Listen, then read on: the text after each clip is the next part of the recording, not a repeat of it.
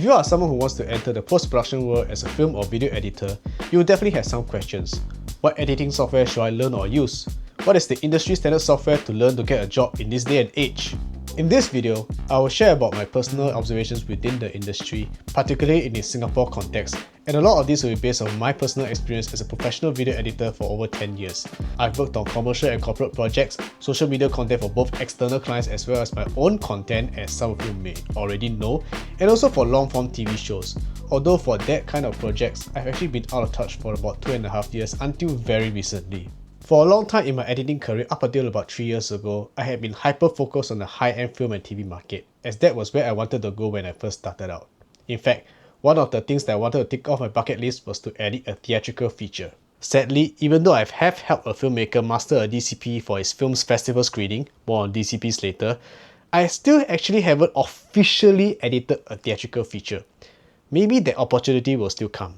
But that's the thing. A lot has changed in the last 3 years. With COVID and the advent of AI, theatrical films and TV shows now have a different place in our popular culture, which means the demand for post-production services for that kind of projects has also had some form of impact. And with today's so-called influencers and content creators, where they produce mostly everything as a one-man show, the relevance for training for a specialized role in production or post-production is starting to feel a little questionable. But we'll try to make sense of it anyway, and let's start with the software that's most well known in the high-end film and TV market, but one that is rarely talked about on YouTube.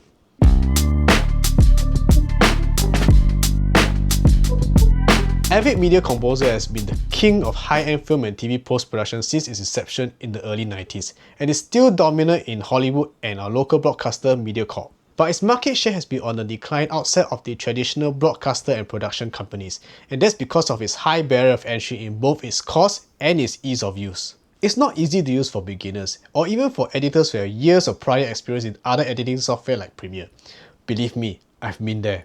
It does have its advantages in large-scale projects where you have multiple editors and assistants accessing one single project with hundreds of hours of footage, and it's also designed to work with their proprietary shared storage system called Avid Nexus, or those that can emulate that system like EditShare. And it is only with such systems that one can enable more advanced shared project features like bin locking. Its cost was also relatively high, but these days you can purchase a subscription for just above the price of a solo subscription of Premiere Pro. There's even still a free version with limitations called Media Composer First, so that newcomers can easily familiarize themselves with the Avid ecosystem.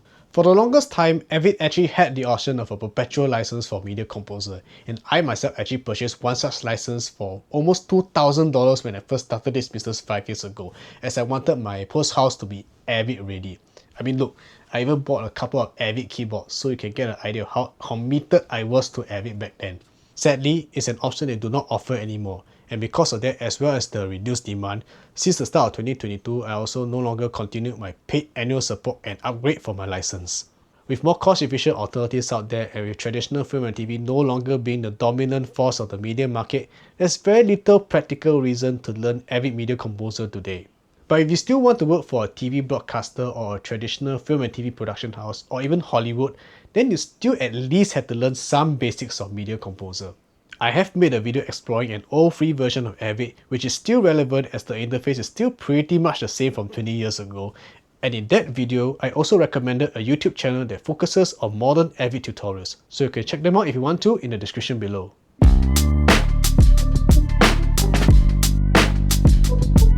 Adobe Premiere Pro is definitely something that the prosumer content creators are familiar with, and even though it still takes time to learn, it's a lot easier to grasp the basics compared to Avid. If you're finding jobs in newer media companies and production houses that have been founded in the last 10 years, chances are they are most likely using Premiere. Even some older production houses that I worked with in the past have also moved on to Premiere from Avid in recent years. Premiere's market share grew rapidly when Final Cut Pro Classic stopped development at version 7 in 2010, and it was stuck as a 32-bit software, which means RAM limitations, which means at some point it would not be able to handle the high resolution footage from newer cameras later down the road. Thus, many SCP Classic users flocked to Premiere because of its familiar interface compared to the radical redesign of Final Cut Pro 10 or X in 2011. However, there's been growing frustration with Adobe Premiere in recent years, particularly with its unfixed bugs and poor optimization, and also being locked into the subscription-only model that we all love today. The Adobe Suite's price has also been increasing, and there's also been a lot of controversy about its recent terms and conditions about how its customers' data are being used to train its AI model. They have also gotten into legal trouble in the US recently about its predatory design and behavior when it comes to casualty subscription and its high cancellation fees. I myself have been frustrated with all those aforementioned points, and as a result, I terminated my entire Adobe subscription since July of last year and have been using alternatives of the apps in the Adobe Suite. However, if you are new and finding a job as an editor, you still have to learn some basics of Premiere, and it is still widely used in film and TV as well as new media and content creators. But the good news is there is an alternative to Premiere out there that's on the rise, and I think it has the potential to overtake Premiere if the stars align.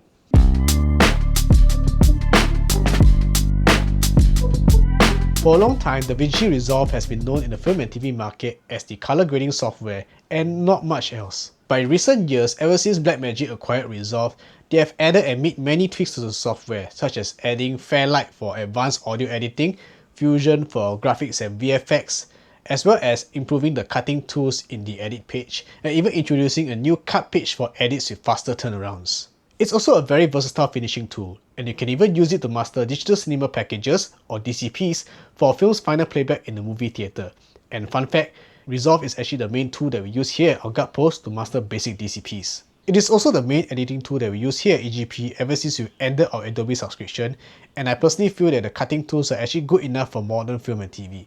In fact, I have edited a long-form show externally at an established production house that also switched to Resolve in the last couple of years, and the experience was actually quite smooth with handling the terabytes of multicam footage. And I was actually editing on an M2 MacBook Pro with only 16 gigs of RAM. That project also made use of Resolve's shared project server system, which allows multiple users to access the same project simultaneously. And the experience was quite good, although it did cause some wonkiness when the media goes offline because Mac and PC users were accessing the same project simultaneously. So because of that, I'd say that Avid still does shared projects better because of its particular media management system. The great thing about Resolve's shared project server is that you don't need proprietary hardware like Avid, and you can download and run on any Mac or PC that you can keep it on 24/7. And if that's not an option, and if you have another kind of NAS that can run a Docker container like a Synology, someone has actually developed a custom project server Docker container, and you can install it and run it on your NAS. We use it here at EGP, and I really like this Docker container with its easy to use interface and its automatic configurable backups, and I'll leave a link in the description below if you want to go and try it out for yourself. There is a subscription-based Blackmagic cloud service that you can use for that kind of project sharing, but we're not going to cover too much of that here because Blackmagic has already given the tools you need to run your own project server. When it comes to cost, the base version is, well, free, and you can pay a one-time fee for a studio license if you need the advanced features that most professional productions will need. Now, this may be more of a personal view, but I think that Resolve has the potential to be a game changer for the film and TV market with its low cost but high quality set of tools that's scalable to big films and shows. And it's even more than adequate for content creators who are just starting out with the base price of free. It's just that the traditional film and broadcast market, as well as Hollywood, is very risk adverse, and they may not think that the risk to transition to Resolve is worth it, and they prefer to stick to what works. But if you're creating your own content or starting your own production house, then maybe a low-cost clean slate with Resolve might actually be worth considering.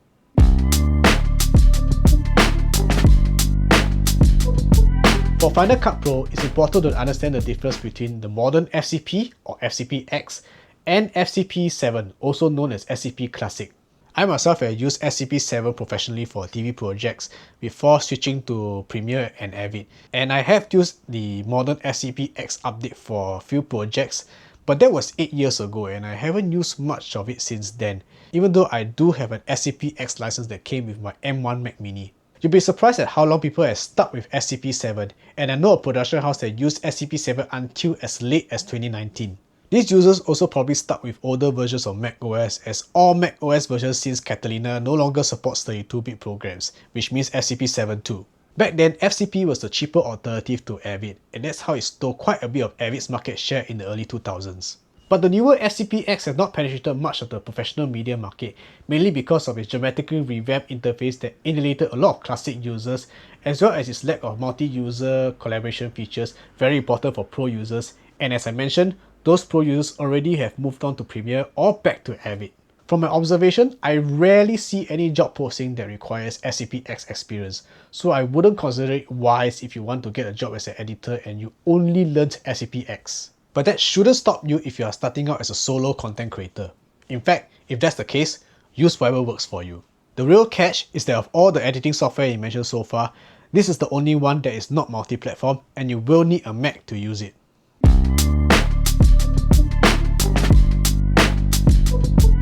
There are, of course, many other editing software out there, both free and paid.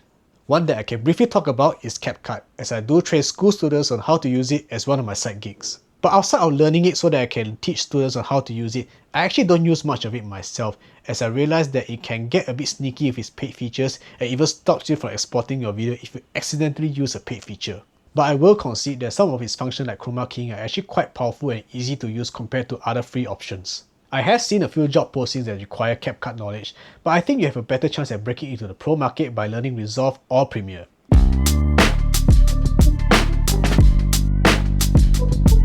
At the end of the day, many companies are using different tools. So as a job seeker, it's all about learning which industry or sector you want to go to, then learning as many tools as you can so that you can get your foot in the door. But always remember that learning video editing isn't just about learning editing software, it's about learning how to tell a story with moving images. And as long as you understand that principle, that skill should transcend across any kind of editing software. The Korean movie Parasite was edited on a very outdated SCP-7 back in 2019, and it did get nominated for a Best Editing Oscar, and that should really tell you that it's not about the tool, it's the talent. Well, I hope this video has given you an insight of what the current video editing software market is like, and even though I express some personal opinions here, it's important to understand the difference between what I personally think the industry should be moving towards to and what it actually currently is right now. If you'd like to hear a more Hollywood perspective on this issue, there's a great video by Michael Carmis that I will link in the description below. And with that, thank you guys for watching, see you next time.